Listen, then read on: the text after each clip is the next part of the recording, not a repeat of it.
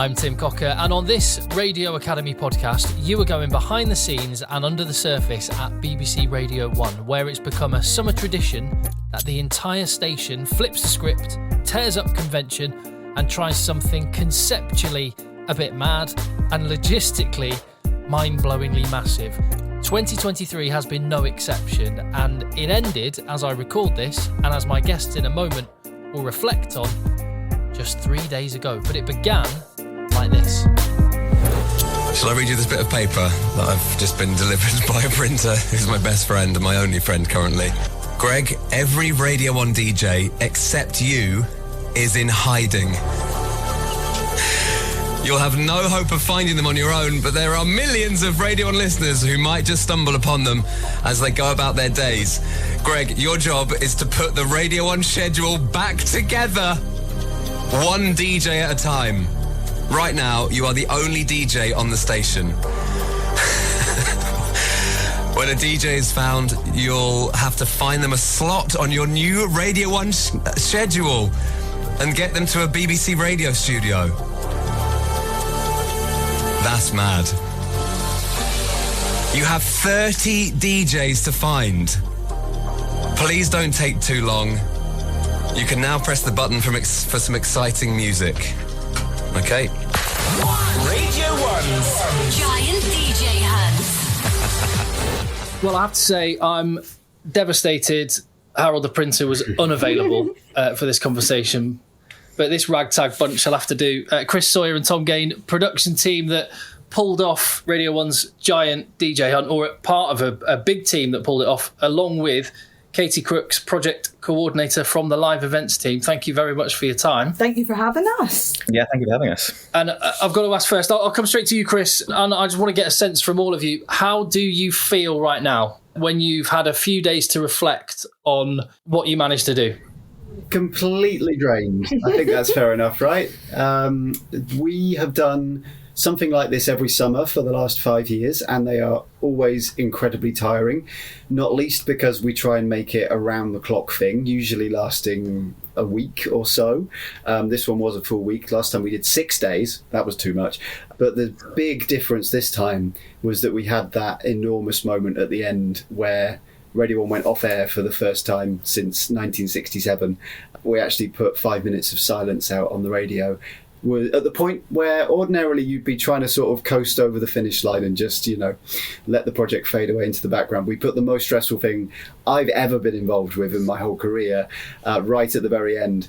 Normally at the end of these things, we celebrate the success, and like on paper, we were celebrating the success, but also I was just, I don't know about you, Katie, but I was just staring blankly ahead, kind of just not really quite sure, did we actually do that? Did that really just happen? Bit of a fever dream. Yeah, we're still kind of in that state now, I think. Yeah, 100%. Like, as soon as we got to 1 p.m, it felt like my brain emptied of everything that had been in my head for the last months almost, and like building up to that, and then it was just all went. And I was like, okay, what happens now? We will definitely revisit that final moment, like you say. There's a lot of I want to talk about there, but let's flip to the very start of this, the genesis of the idea. I'm sure cogs started turning as soon as last summer's big thing happened. Well, we always try and do something in that slot every summer. And so we knew we had to come up with a sequel to last year's one. And last year's one was the Radio 1 Giant Jigsaw. And the story there was that Greg had been kicked off his show. Scott Mills and Chris Stark took over. And he had to win his show back by completing the jigsaw. And the pieces of the jigsaw were all hidden around the country. And so he needed to use listeners to find all those pieces and bring them back together. So that was our starting point when Tom, you, I, and the rest of the breakfast team went to the pub back in February sometime, I think. Yeah, we were there was a few of us from the team and then some of the other people from different shows and have been involved in these kind of things before. And I want to say it was Henry that said something along the lines of, what if we hide all the presenters this time? Like, as soon as we heard that made everyone excited. Once we got that sort of initial idea, everything else flowed quite quickly. It needs to have a storyline which could sort of have a beginning, middle and end as well. We really like the beginning of this one because if you hide every DJ, that means the only person left is Greg, and that therefore means that you've got Greg on his own doing a radio show that could potentially go on for hours, if not days. And so we thought even that, it's giving us a really good start. That's something that we've never heard before, actually, is Greg just staying on air for hours on end.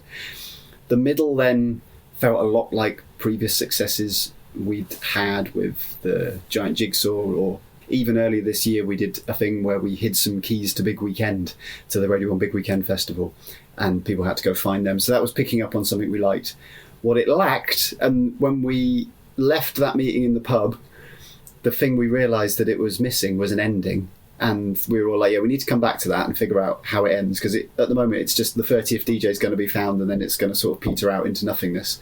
And then another idea came along, didn't it? Yeah, so basically we realised that 100 hours from the start at 8 a.m. on Monday would be midday on Friday, which is just very lovely and very clean. And we were like, okay, so that's a nice firm deadline to build up to, something to point towards for a conclusion. And then it was just like, what is the threat? What is the reason why Greg has to finish it on time? Pitched it, and very much to our surprise, it was basically immediately added, and the management went for it. On Monday morning, you were told not to take too long, says the printer. So far, it's taken you 72 hours to find 24 DJs. There is a 100-hour deadline to complete the giant DJ hunt. If you don't find all 30 DJs by 12 noon tomorrow, Radio 1 will go off air. What about my show? Been planning it all week. Wow. Okay. Can I tell you what I'm thinking? What are you thinking? It would be quite fun for it to go off air. Just to see what happens. I know they might be pushing you a bit too far here, because actually that's quite funny. What happens if it just goes off? Isn't emergency tape kicks in? I don't know what happens. No one's ever tried it. What happens to switch it off? Katie, what I'm fascinated from your perspective is a lot of the live events happen alongside the radio station, but what I thought was amazing about this was best enjoyed whilst you're engaging with live radio. Yeah, that's the thing with this one, and it's projects like this that I almost love the most, because yes, there has to be that element of, right, that's 30 presenters, 15 production, we've got a lot to organise here, but also you don't want it to be so organised that there's no room for the madness that pops up that we aren't expecting to happen. So when we first got the idea, my brain was like, God, this is a logistical nightmare. However, it's going to be wonderful chaos, and you want to make sure that when you're plotting where people are going to be and how we utilise even stuff like how we utilise our other studios across the UK, it's let's plot that to the best that we can, have that penciled in, but also just allow that flex for these live moments that just pop up. Prep as best you can, but not over prep. So it was a lot of fun. My brain's fit to burst still, but wonderful chaos. Chris, was there like a room next to the Radio 1 studio with like post-it notes everywhere? There was exactly that, actually, and all three of us were in that room, weren't we? Yeah. The important thing is every single person who was on air at any point during the story had no idea what the plan was. So every production person who did know what the plan was had very much drilled into them, they have to keep a stony poker face through the whole week, because DJs were trying to get it out of us and we were not telling them anything. So that kind of excitement that you heard on the radio was all genuine. And I really believe that if anything had slipped, and if people did know what was going on, you would have heard it, because bad acting shows through on the radio. Which is why we were really religious in making sure no one on air actually knew what we were kind of trying to go for. Katie, what did the DJs that you sent to Southend do to upset you? I was thinking some people had better weeks than others, didn't they? I mean, you could be in Amsterdam, you could be in Harrow. That's the luck of the draw. But I think for the listeners, that was part of the fun as well, because there was moments, I think last week, if you were listening, you really would have thought they could actually be in my local shop, in a local pub, down the park, down the zoo. There were so many very normal elements to where people were found last week that I think gave listeners that actual real investment. Like, this is very likely that if I went down to my local Nando's for say, someone could be working there. So that's quite fun. And then just with Amsterdam, for example, and with the guys in Ibiza, it's just utilising, okay, who was already planning to be somewhere and how can we bring that into the narrative or make that really fun and have a bit of fun with it. The other thing we were ready for at any time was for our plans to go wrong and people to get caught ahead of time, because although we'd asked DJs to go into hiding in all their various hiding places, we didn't say to them, please, go into a bunker. And so I think the thing that was keeping the three of us up at night in the days beforehand was maybe they're all going to get found on day one. And that could have happened. Actually, I think, Tom, if you got the card that we gave all the DJs, we were ready for people to be found at any time. Before they went into hiding and the week beforehand, all the DJs were given this card. It just says, well done, you found a Radio 1 presenter. Please phone this number now to report where you found them. But basically it was so that if, say, Jack Saunders had just been spotted in Tesco's and someone had ran up to him and said, are you a Radio 1 DJ? Jack could have just handed them this card. We sort of agreed as well that whenever that happened, the goal would be to get somebody on air. And that number went directly to a production phone that I had all week. If it happened, and we just get somebody on air as fast as possible and let them get the listeners to say what actually happened. Meanwhile, Katie was sort of messaging every single DJ with a certain air of panic in her voice, being like, if you're on a train, wear a hat, wear a mask. I think one of the big triumphs of this, and having done radio for a while myself, it's something I try and do, is show not tell. Like, it's easy to go, yeah, we're, in the case of Radio 1, we're a station for the UK and we're a big family that you're just coming and joining in on. But in 1 week of programming, you brought that to life. You didn't just say we're covering the UK, you scattered your Radio 1 DJs to the winds across it. And the way it just brought everyone together, I thought was just magic. Well, that was another side effect, almost, of the original idea. So when, I think Tom's right that it was our colleague Henry who said, how about we hide all the DJs? You then start just thinking, what are the implications of that one thought? And the first one that comes to mind is, well, then we've got a blank schedule. So then who is going to present all the shows? And you go, well, actually, the only people you've got available are the ones who are found, and they're not going to be found in the order that they normally do their shows. So just like taking that one thread and pulling at it, you then go, okay, what we're going to have here is a schedule that's entirely different to what the normal radio show sounds like. And you will suddenly have, for example, two of the first DJs found were Katie Thistleton, who does weekend mornings, the biggest pop fan, one of the biggest pop fans on the station, and she was found at pretty much the same time as Daniel P. Carter, who does the late night rock show. So they were both available. We put them together on the schedule at 6 p.m. on a Monday, doing a show that was a hybrid, playing Taylor Swift into proper screamo rock. And actually, it turns out the two of them really got on, and that show was amazing. It was just one of the best listens that I've heard in years. And the whole week kind of continued in that vein. But I can't really claim that as our idea. That's just taking the original idea and keeping going with it, and that's where it led us to. And then we started thinking, well, actually, this really shows off what a tight bunch of genuine mates all the Radio 1 DJs are. So we're going to let that happen. We're going to embrace the chaos. Another thing I think was done really well is the way that you were constantly folded back in. Like, there will be some people that were listening wall to wall. Obviously, we're having a chat now. There's sometimes when you're in meetings, you're picking up kids from school, whatever it may be. But when I was dipping in and out, it only took a few minutes to go, all right, I know where I'm at. I know what's going on. That was another reason I got so excited about this idea when it came around, is that it had some of the elements of an idea we did years ago where we did Radio 1's Escape Room. We really loved that idea and the listeners got really excited about it, but a weakness looking back on it is how on earth do you set a puzzle which is going to be interesting for the average listener to follow, but also that one listener who's in Mensa, how do you make sure they're not going to crack it straight away? And we just about managed that, but actually it's incredibly hard to get right. And what we really liked about the idea of simply going out and finding the DJs, it was a really simple idea. We've lost 30, we've now lost 28, we've now lost 27, and at the moment we're focusing on Victoria Jane, who does the Soul Show. Where's she? And that is an idea that you could sort of jump right into the middle of. And then when we got to the end, obviously it was all about a deadline looming, which again, everyone's faced a deadline at some point. How were you measuring the success? I don't know what metrics, if any, you were using.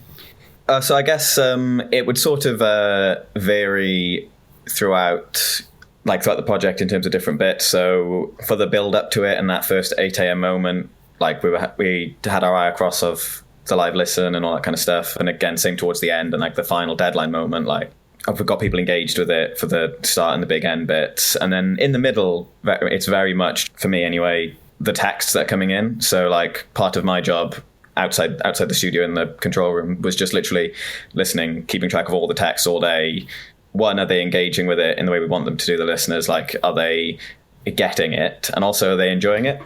There was points as well last week when I was sitting beside Tom where the production team just couldn't keep up. There were so many amazing messages or people you'd want to speak to that had a theory or an answer or were going somewhere to try and find someone. I think when we were seeing that, but even looking at the interaction and socials to go alongside what the on-air output was the numbers were huge for that, and the listeners were so engaged to the video elements, the madness that was then in socials that followed it. And we also had a blog and a podcast, and everyone just sort of had, there was lots of different outlets to get stuck in or pick up on where you left off if you missed the radio or whatnot, and seeing how they were being engaged with and they were keeping the momentum too was really positive for us to be like, okay, we think this might actually be working.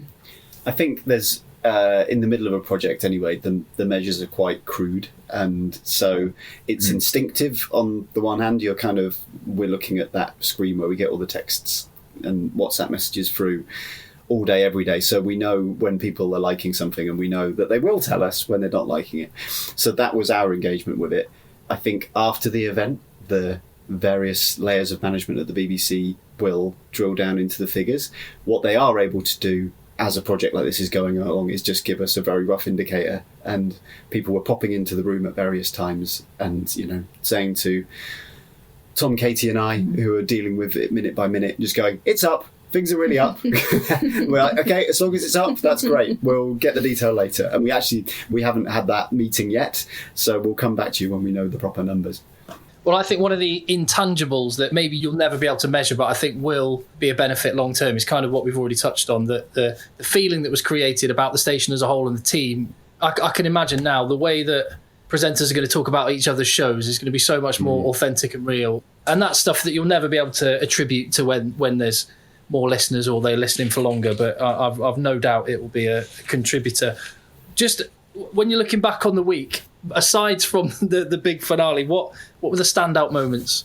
I loved Vicky Hawksworth being on train and the listeners trying to figure out exactly what train she was on, and it literally felt, I don't know how to describe it, but just sonically, the listeners were chasing a train.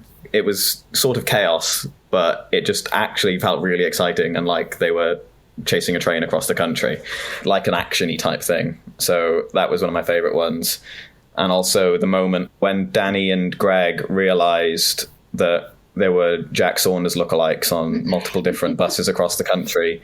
Their voices and their faces in that moment was, when they realised what was happening, was amazing. So those are my two favourites. And on Greg James, he's an affable chap and a very talented broadcaster, but he's a radio nerd as well. He loved this, didn't he? Oh, absolutely, yeah. I mean, Greg always says that as much as these things are usually designed to wind him up and even, torture him slightly, he, at the back of his mind, is always enjoying it, because I think he knows how much he would have loved it if he was a Radio 1 listener, just hearing all this stuff.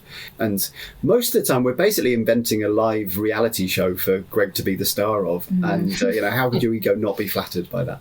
He actually said as well, as a radio nerd, he was in the control hub bit, like it was his job to find them and put the schedule back together, whereas normally the control hub and him are separate.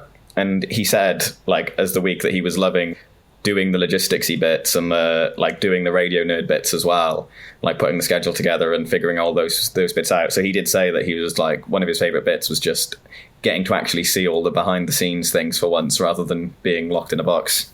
Right, we've got to talk about the finale, finally, because anyone that works in radio understands how emergency tapes work. I've accidentally been on a station when it's gone off air. After 30 seconds, a song kicked in. I asked people who follow me on Instagram to ask any questions, and the most frequent question I got was about the emergency tape, which I think tells you how many sort of radio industry people follow me on Instagram. But actually, that was probably the easiest bit to sort, because there is a precedent for it, which is whenever there is a moment of silence on air. So on Remembrance Sunday, or on Armistice Day, or if there's a national memorial, there has to be a procedure in place to override the silence detector, which I have now seen with my own eyes in the the BBC Radio Master Control Room, which is down in the bowels of this building. So the trickier bit actually was getting all of the mechanics to work on our side. And in particular, the thing that we were paying so much attention to was making sure that all of the voices who were on air had no idea what was going to happen. And so the last half hour building up to it, particularly the last 5 minutes or so before it's about to go off air, there is real genuine panic in the voices of all the DJs who are on air. And I just don't think we could have faked that. And in particular, if you go back and listen to it, you hear Charlie Hedges going, I don't know what to do. I don't know what I'm supposed to do. Because she was thinking that maybe she would be in charge of turning Radio 1 off, and she didn't. We genuinely just hadn't told them anything. All we told them was what the instruction that had come through on Thursday morning, saying that at the 100-hour deadline, Radio 1 would go off air, and it was open to them to interpret what that meant. And we liked the fact that they were guessing on air, saying like, what would they actually turn it off? Would they really be brave enough to do it? Would they maybe they'll put Radio 2 on? Maybe they'll broadcast Birdsong. Perhaps it'll be, someone thought it was going to be a sort of 1940s style BBC voice going, Radio 1 is off air. I don't think any of them thought we were going to go as far as actually putting it to silence. So that anticipation you heard from the DJs was genuine, and we wanted that air of panic to happen. We're not going to do it, are we? We're not going to do this. We're not going to do it. I don't know how this has gone so wrong. Do you just need to see Molly? Do you need? Yeah. What's the protocol rules? here? He needs to ask her. Are you a Radio 1 DJ? Okay. I need to ask Molly if she's a Radio 1 DJ when we finally get there. Okay, we're cutting out of the channel. I think we can go a bit quicker now. There's not a megaphone on that boat of yours, is there? So you can shout it to her and she can shout it back. Open her up, Jenny! I need to ask a boring question because I'm in the studio on my own. 30 seconds. 30 seconds. 30 seconds. What do I do? I haven't got a visual. I've not got a visual of Molly. 30 seconds. Guys, I don't actually know what I'm doing. We are heading back round. We're heading back round to where the shipyard is. How far? You've got 20 seconds. Seriously, 15 seconds. We're not going to do it in 20 seconds. We're not going to do it. Can you see her? You can't see her. You can't see her. I'm in the middle of the sea. Keep going. 5 seconds. 5 seconds. Go. 4 seconds. 3 seconds. 2 seconds. Oh my God.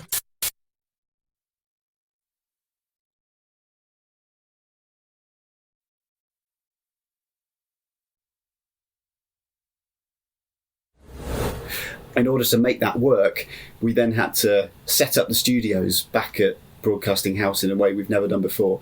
I didn't see that bit because I was in the studio on the Isle of Wight, but Tom, you were there watching that all happen. So I was in one of our studios with Katie and Matt. They couldn't see what's happening in Cows, so they were told to be the listeners, ask for descriptions, all that kind of stuff, and just react.